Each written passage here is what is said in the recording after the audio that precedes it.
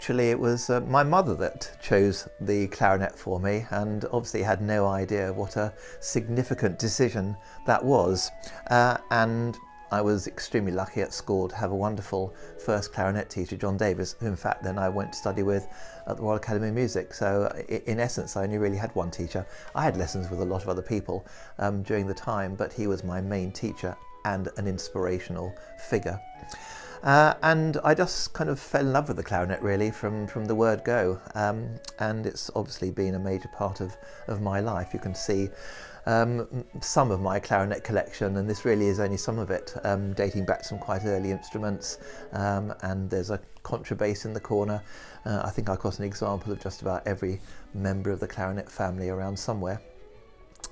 It's a fascinating instrument, and it makes a lovely sound. That's one of the reasons I like it so much. I've been playing it and teaching it for many years. And a few years ago, during lockdown in fact, I decided to write a very comprehensive guide to playing the clarinet. It doesn't really talk about history, this book. It's really about playing the instrument. And the majority of the book is about the technique of playing.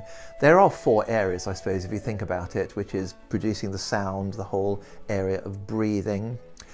Intonation is kind of part of that.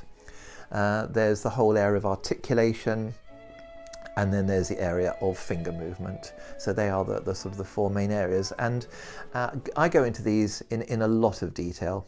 And happily during that lockdown period, a lot of other people, a lot of other great players and thinkers around the world had nothing to do.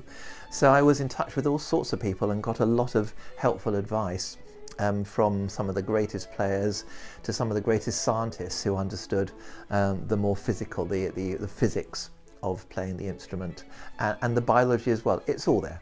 This book is very comprehensive. It draws upon the clarinet repertoire, both the works pieces for the instrument. It draws upon study material that's been written from the word go really, and shows how to make the best of it, what's useful to us, what we can learn from the repertoire that people have created so far. And there's one or two interesting bits. One of my most interesting double-page spreads actually is really the family tree, showing teachers of the instrument from pretty much now right back to the very beginning of its history. And behind me you can see Henry Lazarus, who was the great player of the late 19th century. One of his pupils, George Anderson, was John Davis, my teacher's teacher. So I go back to Henry Lazarus in a very small number of steps. It also goes into modern techniques, some which are useful to all clarinetists, like for example bending notes, some multiphonics, microtones, only more used to particular players who have an interest in specific kind of repertoire. But I talk a lot about voicing, for example, which is not an area that we spend a lot of time considering in this country. They do in the US a lot more than we do.